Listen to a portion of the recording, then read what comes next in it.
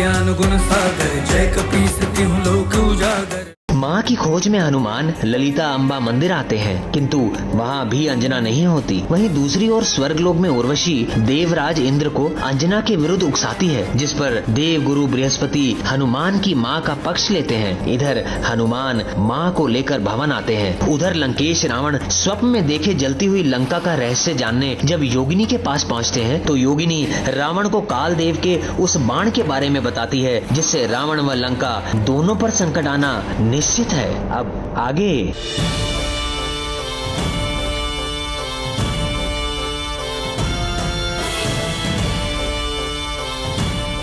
पिताश्री,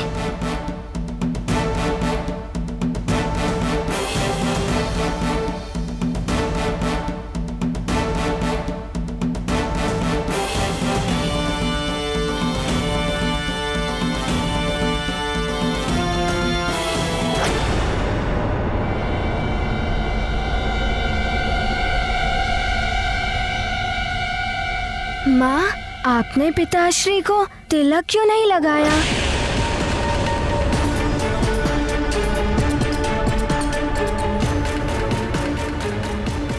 हाँ, वो तुम्हारे पिताश्री सकुशल लौट आए, उसकी प्रसन्नता में मैं तिलक लगाना भूल ही गई।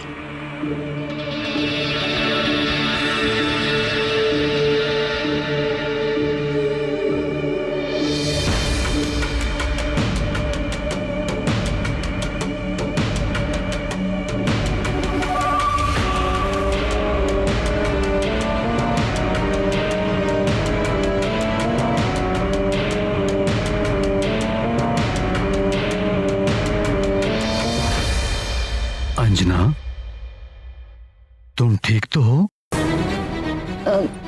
हाँ, मैं ठीक हूँ। मुझे क्या होगा? पुत्र हनुमान, मैं तुम्हारे लिए उपहार लाया हूँ।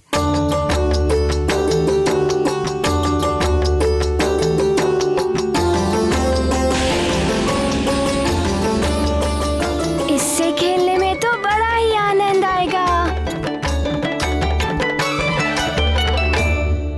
पिताश्री, आप वहाँ गए थे, राक्षसों का उपद्रव, वो ऋषि मुनियों को तंग कर रहे थे, उनका क्या हुआ? हाँ पुत्र, उन सभी राक्षसों का अंत कर दिया हमने, और जो छुपे हैं वो भी बच नहीं पाएंगे।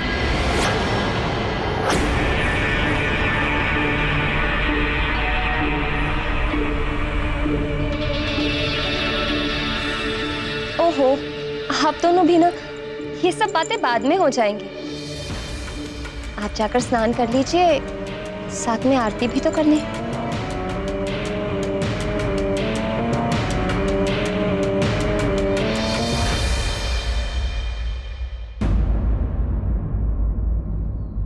हनुमान, हनुमान, उद्यान में चल रहे हो ना? हनुमान, हनुमान। मित्रों, ये देखो। अरे वाह, कंदुक। पिताश्री मेरे लिए ये कंदुक लाए हैं। चलो हम इससे खेलते हैं। ओहो हनुमान, इससे हम खेलेंगे, किंतु तुम मत फेंकना, अन्यथा ये अंतरिक्ष में चला जाएगा। फिर तुम्हारे अतिरिक्त कौन ढूंढ पाएगा? अच्छा, तो ये होगा कि हम कंदूक फेंकेंगे और तुम ढूंढोगे। अच्छा, तो ठीक है, ये लो मित्र नील। ठीक है।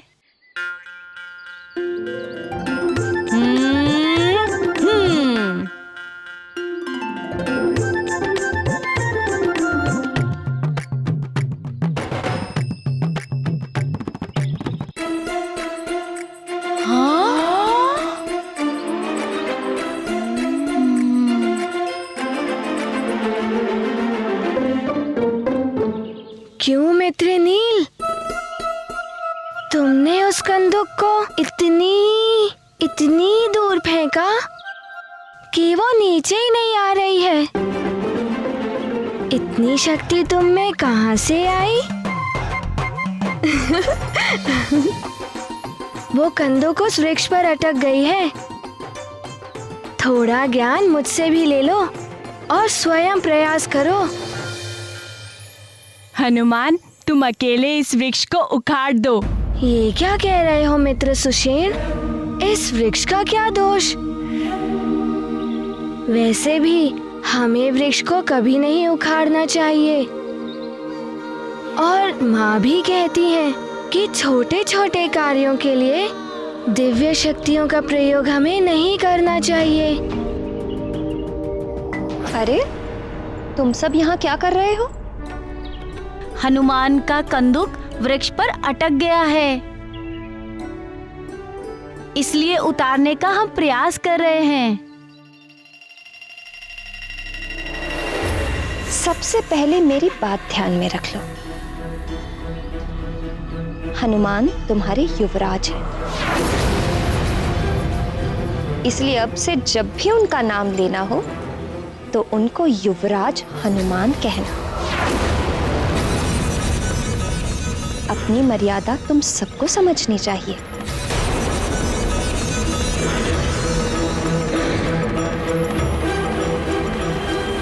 किंतु माँ, हनुमान, तुम उड़कर अपनी कंदूक नहीं ला सकते थे? अपनी दिव्य शक्तियों का प्रयोग क्यों नहीं किया तुमने? तो वचन दो अपनी मां को। तो मात्र दिखावे के लिए सबके सामने नहीं करोगे।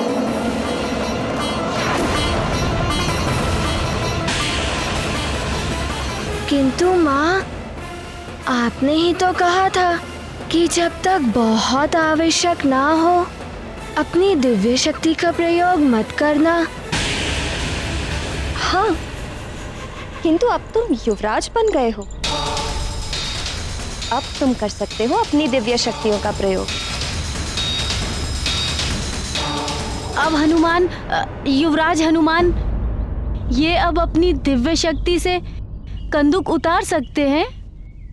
हाँ, किंतु उसके लिए तुम सबको तुम्हें सम्मान के साथ इनसे प्रार्थना करनी हो। और हनुमान को भी पूरा अधिकार है कि वो जब चाहे अपनी शक्तियों का प्रयोग कर सकता है। हनुमान, तुम तो एक फूंक से ही इस वृक्ष को हिलाकर उस कंदूक को नीचे ला सकते हो। करके दिखाओ, दिखाओ।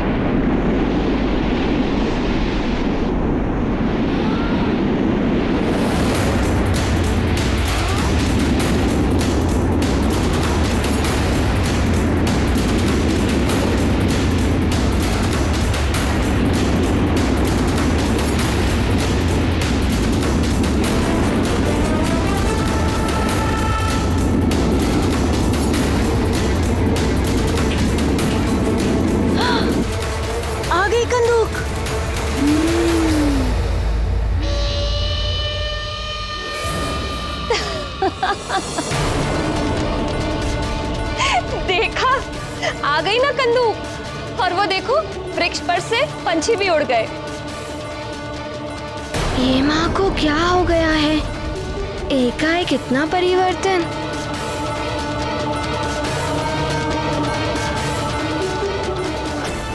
माँ, वो भयभीत होकर उड़े हैं।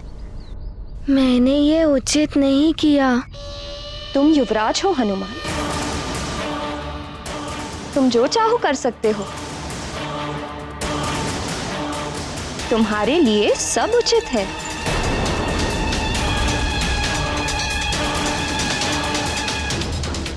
चलो अब तुम सब जाओ, अब हनुमान को विश्राम करना है।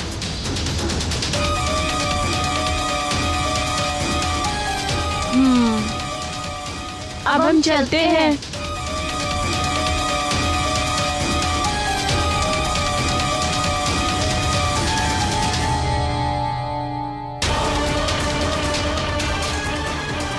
और हाँ, हमें ना तो कभी अपने विजय का अहंकार करना चाहिए और ना ही अपने हार के सामने हार माननी चाहिए।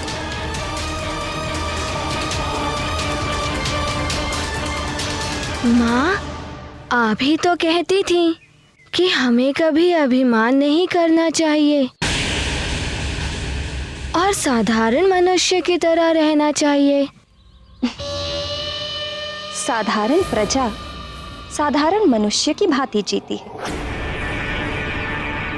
तुम तो युवराज हो, बड़े होकर तुम राजा बनोगे तो ये प्रजा तुम्हारे अधीन होगी। इसीलिए तुम्हें युवराज होने पर गर्व होना चाहिए। माँ ऐसा क्यों कह रही हैं? पहले तो माँ ने कभी ऐसा नहीं कहा। चले? चलिए माँ।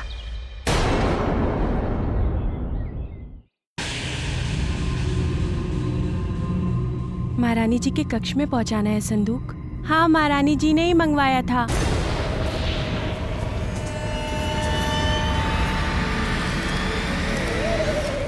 महारानी जी, आपके नए वस्त्रों का संदूक आ गया है।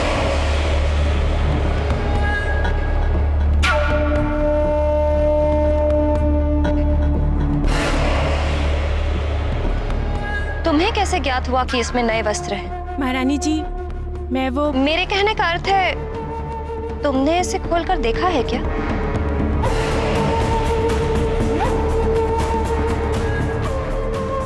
नहीं महारानी जी, मैं तो बस ये कह रही थी कि मैं जानती हूँ तुम क्या कहना चाह रही हो। मैं तो बस तुम्हें ये बता रही हूँ कि इस भवन में पूछे बिना किसी भी वस्तु को हाथ मत लगाना और विशेष रूप से मेरी किसी वस्तु को छूना भी। समझ गई ना? जी महारानी जी। जाओ और सुनो जी। जाते हुए पट बंद कर जाओ। जी महारानी जी।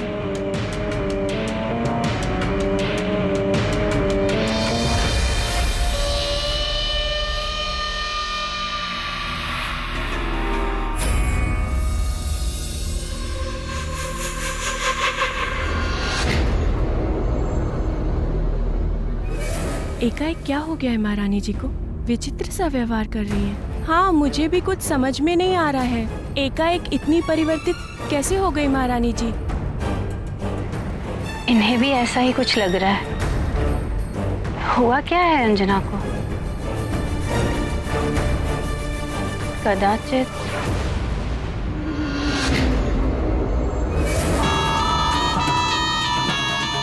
तुम?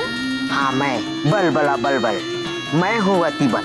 ना ना, मुझसे भयभीत होने की कोई आवश्यकता नहीं है।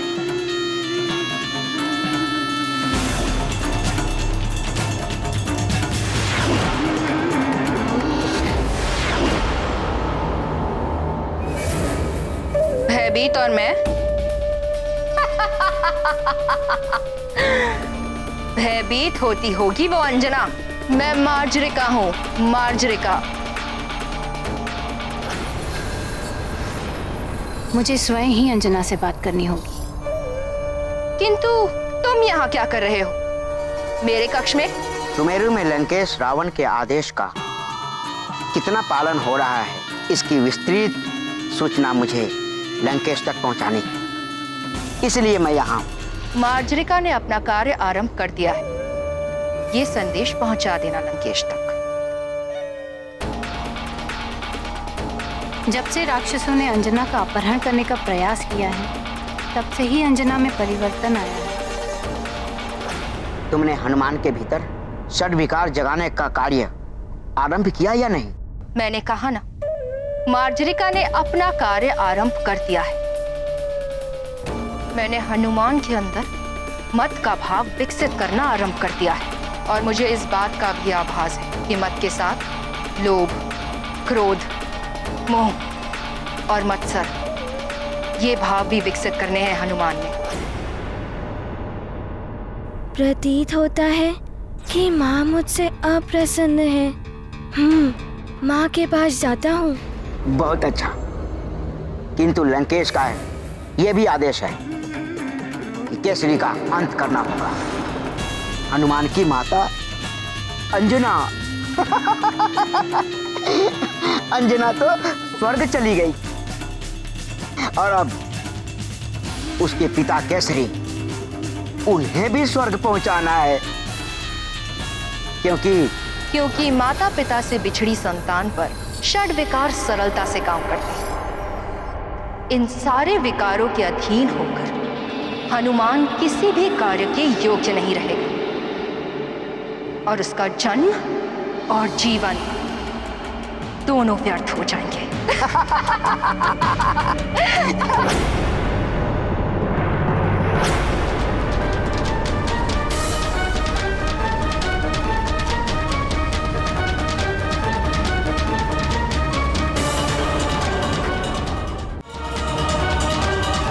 ये क्या हो गया है अंजना को?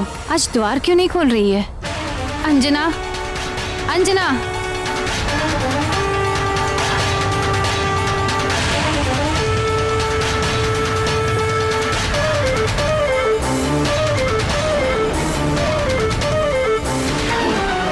अंजना, अंजना, अंजना!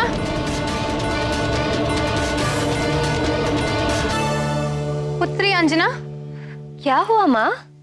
तुमने द्वार क्यों बंद कर दिए थे अंजना?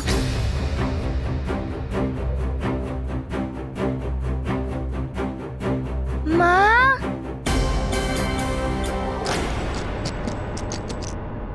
माँ, क्या हुआ पुत्र? माँ, आप मुझसे रुष्ट हैं क्या? नहीं, मैं तुमसे रुष्ट नहीं हूँ। तो फिर आप मेरे मित्रों से रुष्ट हैं क्या? मैं किसी से भी रुष्ट नहीं हूँ। सेविका! जी महारानी जी। सेविका, हनुमान के खिलौने यहाँ लेकर आ जाओ। जी महारानी जी। माँ, आप कुछ कह रही थी? हाँ, कुछ कहना तो था पर क्या स्मरण ही नहीं होती। कोई बात नहीं, स्मरण आ जाएगा तो बता दीजिएगा।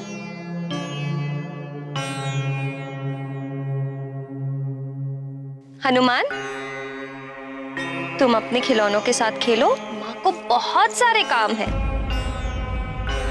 माँ, आप मेरे साथ चलिए, मुझे कुछ दिखाना है आपको।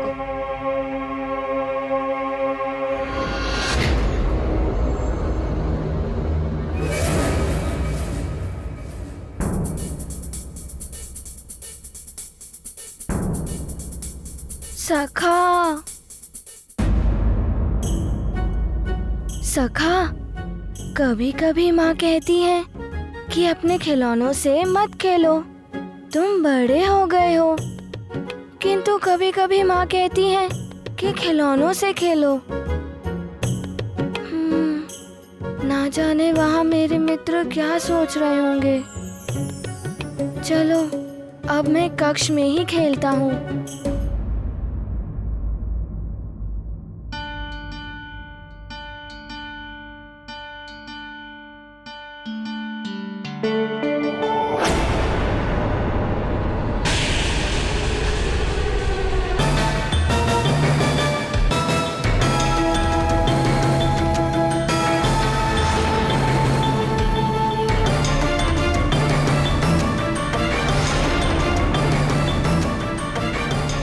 सखा, ये वही उपहार है जो मुझे अतिबल ने दिया था, किंतु वो असुरों में मिला हुआ है। अतिबल मेरे साथ मिला हुआ है। मैं इसे फेंक ही देता हूँ। हनुमान,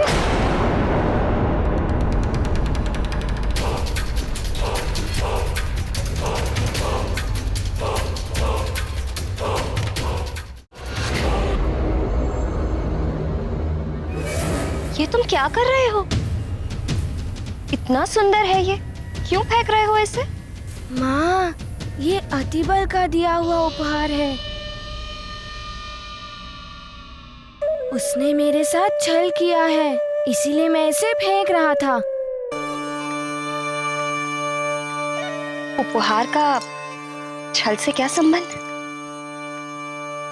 और फिर ऐसा भी तो हो सकता है कि वो पंचफन ने उसे विवश कर रखा हो, जैसे तुम्हारे पिताश्री को विवश किया था और वो तुम्हारे विरुद्ध खड़े हो गए। अच्छा, हो भी सकता है।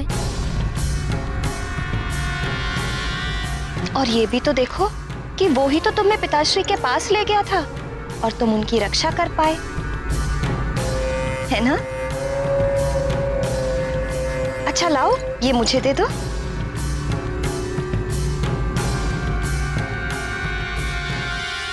किसी के दिए उपहार का अनादर नहीं करते।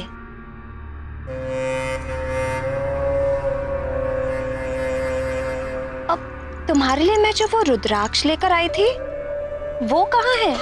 या उन्हें भी फेंक दिया? नहीं माँ, वो रुद्राक्ष तो पूजा घर में है। वो तो मैं तुम्हारे लिए लेकर आई थी ना। जाओ उन्हें लेकर आ जाओ। जी माँ।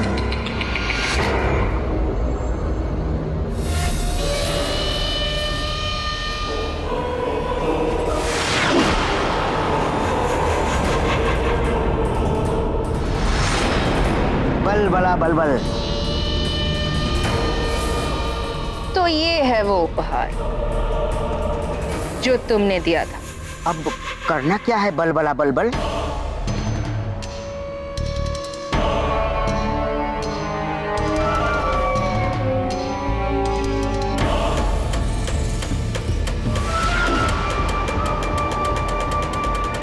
प्रतीक्षा करो और देखो आगे आगे होता है क्या।